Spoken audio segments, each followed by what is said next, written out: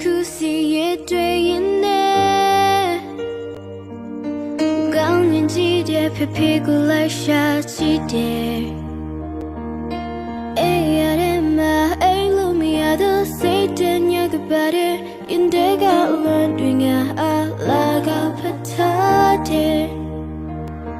ဖေဖေကိုလည်းရင်ဝန်တယ်လို့ငိုချင်နေပြီမဲ့လေစိတ်ခံစားရင်အသေးလေးနဲ့နာတယ်ဖေဖေရဲ့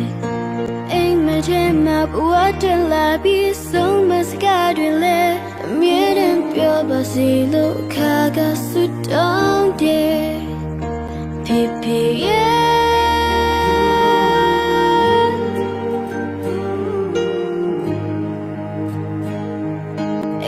တရားနေတဲ့ဖေဖေရဲ့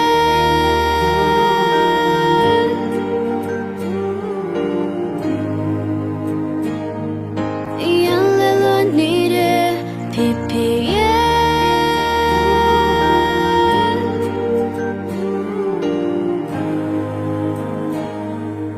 ကောင်းကင်ကြီးမှာရှိနေမယ်ထင်တယ်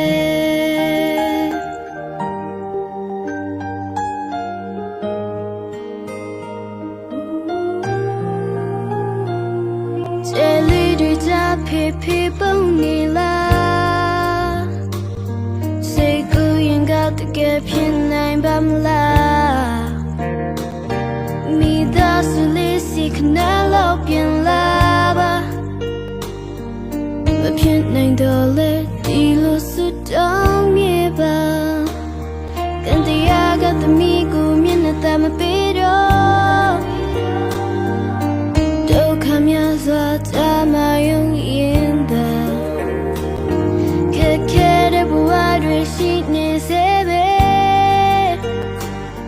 ဘူလွန်တဲ့တော့ကမြ